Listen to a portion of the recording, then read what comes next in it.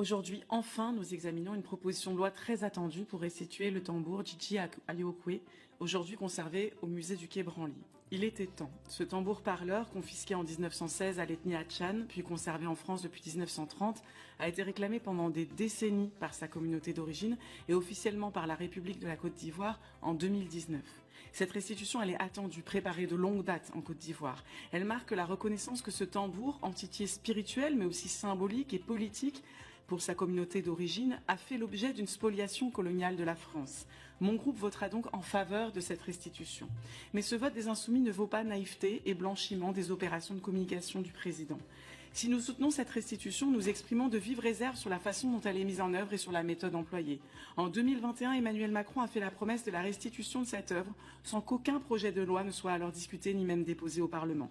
Notre Assemblée a donc été réduite à un rôle de chambre d'enregistrement des opérations de communication de l'exécutif, alors même qu'elle est la seule à pouvoir juridiquement rendre possible cette restitution. Nous ne tolérons pas ce mépris pour le Parlement. Nous constations que, faute de projet de loi assumé par le gouvernement, c'est encore par une proposition de loi issue du Sénat que le président cherche à tenir ses promesses un peu in extremis. Plus largement, cela montre que cette méthode des textes ad hoc de restitution au cas par cas, votés à la va-vite en procédure accélérée pour satisfaire des intérêts politiques du moment, n'est pas à la hauteur des enjeux.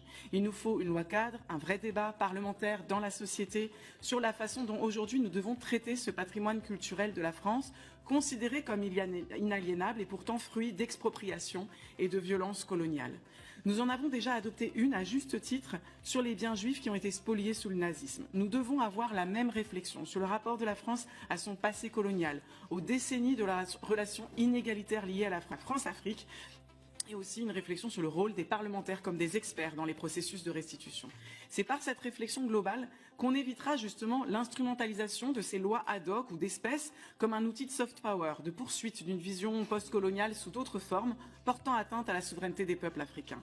Car, voyez-vous, nous ne sommes pas dupes sur le calendrier de ce texte. Nous ne pouvons que nous interroger sur le contexte dans lequel intervient cette restitution, à 3 mois d'une élection présidentielle en Côte d'Ivoire, dans laquelle des opposants ont été exclus et vis-à-vis de laquelle les autorités françaises font preuve d'une certaine ambiguïté, comme en témoigne le fait que l'ambassadeur de la France se soit récemment affiché dans une tenue à l'effigie de la Première Dame. Ce texte ne devra pas permettre à Emmanuel Macron de prétendre à un renouvellement réussi de ses relations avec la Côte d'Ivoire et plus généralement avec des pays de la région.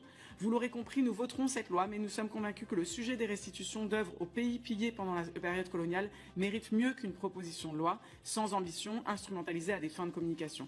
Madame la ministre, vous aviez promis une loi cadre avant l'été. Je crois que ça aurait donné lieu à des échanges beaucoup plus stimulants et passionnants que l'acharnement législatif que vous avez choisi de faire contre l'audiovisuel public. Vous parlez d'une loi de cadre dans l'été, on attend des détails de calendrier. Après des années de promesses, la France va-t-elle enfin rendre les trésors culturels volés à l'Afrique?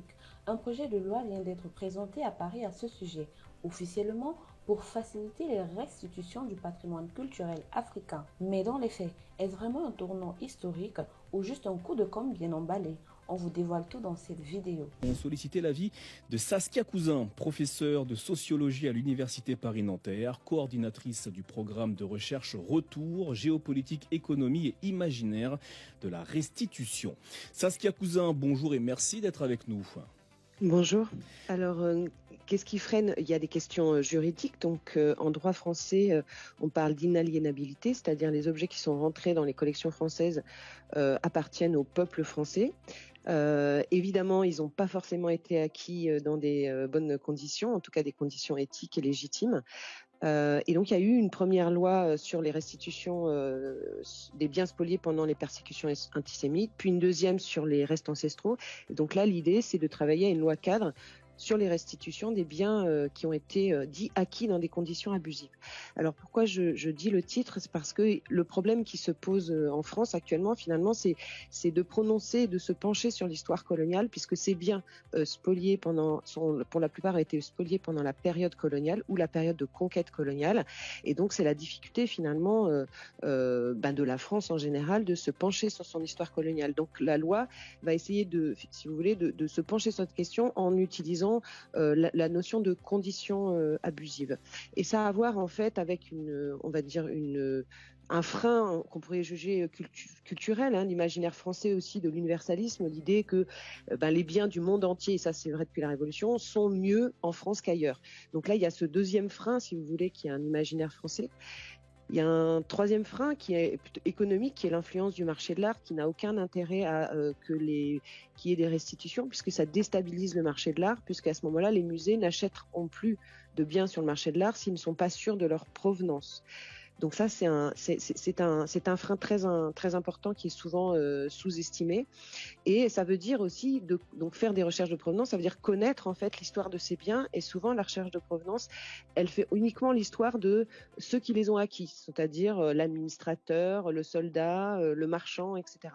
Donc le travail des chercheurs, c'est aussi de savoir d'où viennent de raconter l'histoire de ces choses en interrogeant les premiers concernés, c'est-à-dire les communautés, les personnes qui les ont fait. Donc tout ça, ça demande de faire un travail que la France, l'État, les musées, les chercheurs fassent un travail sur eux-mêmes, évidemment avec, et c'est absolument fondamental, avec les chercheurs des pays concernés. Tout commence en 2017. À Ouagadougou, Emmanuel Macron déclare vouloir restituer à l'Afrique une part de son patrimoine. Une promesse forte, mais depuis, les retours se comptent sur les doigts d'une main.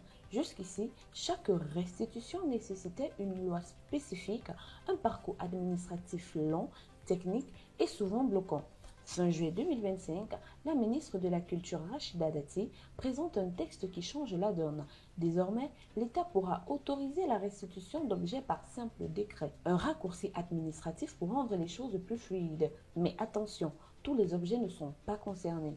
Le texte cible uniquement les artefacts saisis entre 1815 et 1972 et uniquement ceux destinés à être exposés publiquement. Et donc, les pièces militaires exclues.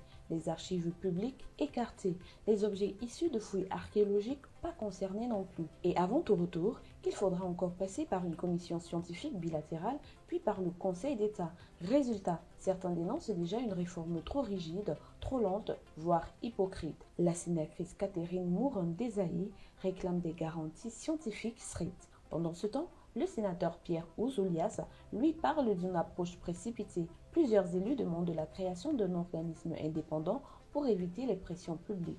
Et pendant tout ce temps, les pays africains, Sénégal, Éthiopie, Algérie, Tchad, attendent encore la restitution de milliers d'objets venus de leur pays. Le musée du Quai Branly à Paris abrite plus de 70 000 œuvres africaines. Certaines institutions françaises craignent de voir leur collection vidée. Mais du côté africain, cette réforme est vue comme une victoire symbolique, à condition qu'elle soit appliquée pour de vrai. Car derrière les mots, ce sont des décennies de mémoire, d'identité et de dignité qui sont en jeu.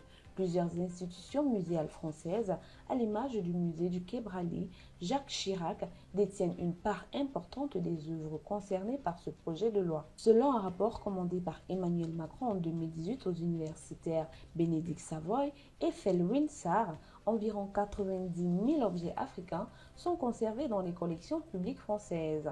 Le rapport recommandait d'ouvrir la voie à la restitution massive sur la base de partenariats avec les États demandeurs. Et des pays comme la Belgique et le Royaume-Uni sont également interpellés par des demandes similaires. Certains experts appellent à l'élaboration d'un cadre juridique international plus clair afin d'harmoniser les pratiques de restitution dans le respect des mémoires collectives.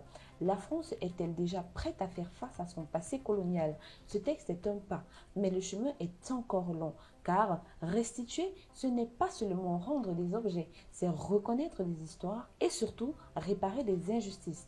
Que pensez-vous de cette réforme? Est-ce une véritable avancée ou alors une simple stratégie politique? Dites-le en commentaire, likez, partagez la vidéo et abonnez-vous pour ne rien manquer de nos analyses politiques. Pour plus de contenu sur l'actualité africaine, suivez-nous sur le réseau social africain Diba World et sur toutes nos autres plateformes. Tous les liens sont disponibles dans la bio.